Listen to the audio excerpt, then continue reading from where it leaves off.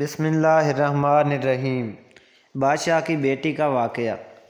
کسی گاؤں میں ایک غریب مولوی رہتا تھا۔ وہ اس چھوٹے سے گاؤں کی اکلوتی مسجد کا امام تھا اور نماز کے علاوہ گاؤں کے بچوں کو قرآن بھی پڑھاتا تھا، جبکہ اس کی بیوی گاؤں کی بچیوں کو مدرسہ پڑھاتی تھی، جس سے ان کا گزر بسر ہو جاتا تھا۔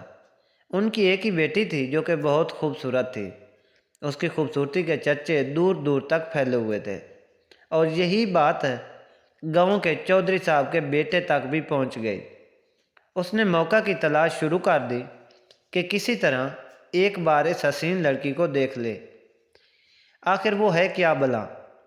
ایک دن وہ مولوی صاحب کے گھر چلا گیا کہ کچھ نیاز وغیرہ دینے کے بہانے مولوی کی بیٹی کا دیدار ہو جائے گا، اور اس طرح وہ اپنے مقصد میں کامیاب ہو گیا۔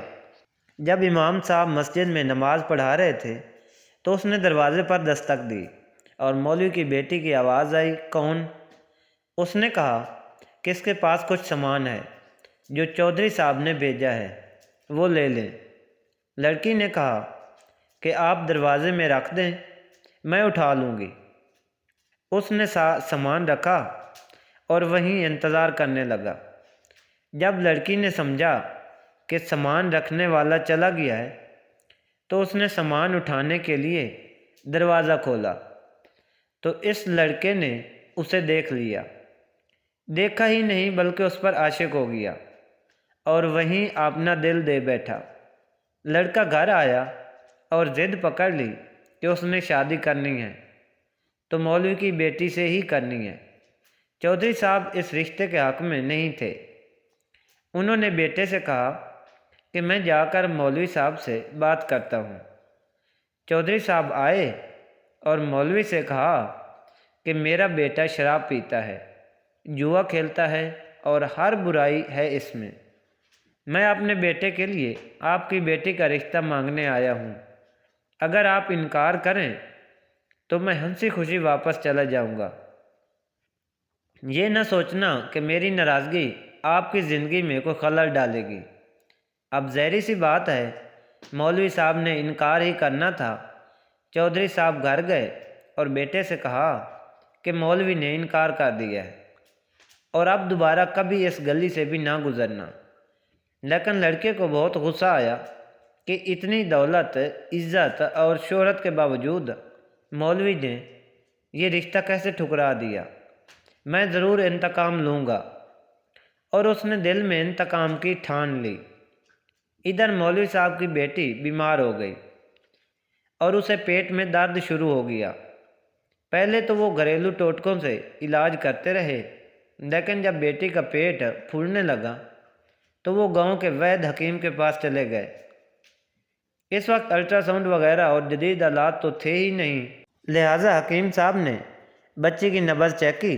پیٹ درد کی شدت کا جانچتے ہوئے بتایا کہ آپ کی بیٹی حاملہ ہے۔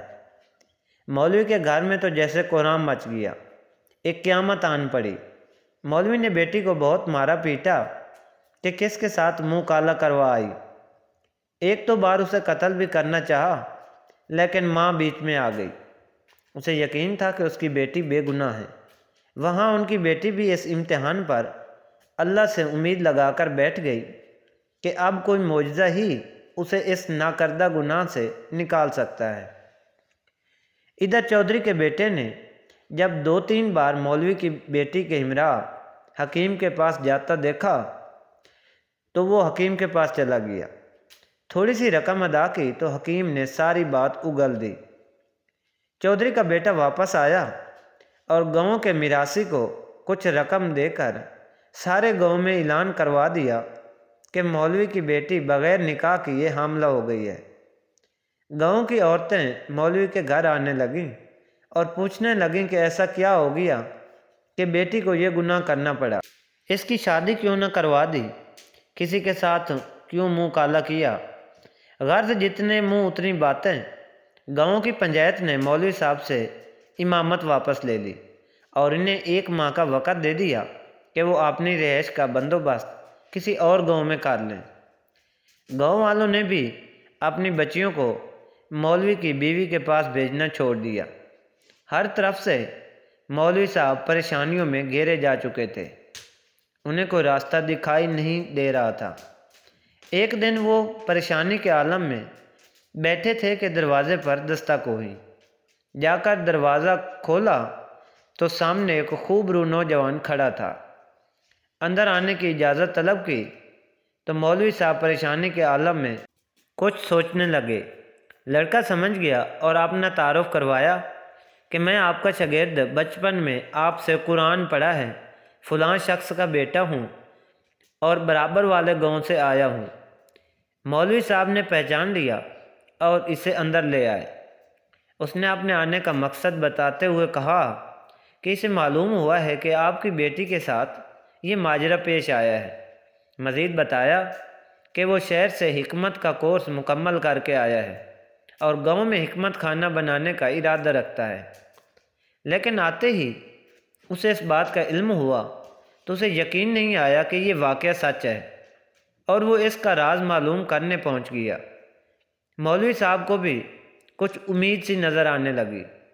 اس لڑکے نے مولوی صاحب کی بیٹی کی نبض دیکھی، کچھ تفصیلات پوچھیں اور پھر کچھ سوچتے ہوئے مولوی صاحب سے ایک بکرے اور ایک کتے کا بندوبست کرنے کو کہا، جبکہ لڑکی کو دن کا کھانا کھانے سے منع کیا اور بھوکا رہنے کو کہا۔ اس کی بات پر عمل کرنا پڑا مولوی صاحب، اور کرتے بھی کیا، ڈوبتے کو تنکے کا سہارا۔ رات تک سارا بندوبست کر دیا۔ لڑکے یعنی حکیم نے گاؤں کی کچھ معزز عورتوں کو بھی بلوا لیا اور ان سے بکرے کا گوشت پکانے کو کہا۔ جب گوشت پک چکا تو اس لڑکے نے لڑکی سے کہا کہ پیٹ بھر کر گوشت کھائے۔ لڑکی بھی صبح سے بھوکی تھی، جی بھر کر گوشت کھایا، جب تک محلے کے کچھ مزید لوگ بھی مولوی کے گھر کے باہر جمع ہونے شروع ہو گئے کہ یہاں کیا ماجرا چل رہا ہے۔ اس لڑکے نے مولوی صاحب کی بیٹی کو، جہاں اس نے پہلے سے کتا ذبح کر کے رکھا ہوا تھا، اس لڑکی کو بتایا کہ جو گوشت اس نے کھایا ہے وہ اس کتے کا گوشت تھا۔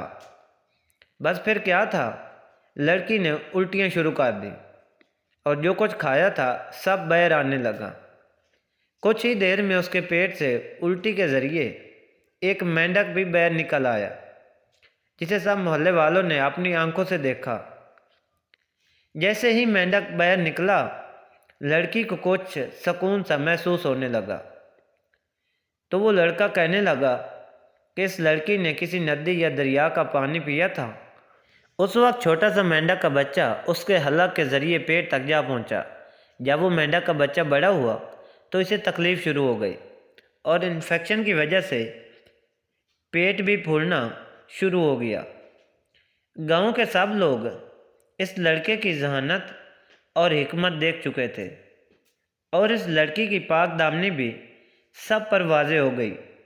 مولوی صاحب نے اس لڑکے کے اصرار پر بیٹی کا نکاح اس نوجوان سے کر دیا، اور یوں وہ ہنسی خوشی اپنی زندگی بسر کرنے لگے۔ تو دوستو، اس کہانی کا مقصد یہ ہے کہ بعض اوقات انسان کو غلط فہمی ہو جاتی ہے، تو اگر آپ لوگوں کو کسی بات پہ غلط فہمی ہو جائے تو سب سے پہلے اپنی غلط فہمی کو دور کریں، اس کی بجائے کہ کوئی آپ اس طرح کا جانی یا مالی نقصان کر بیٹھیں۔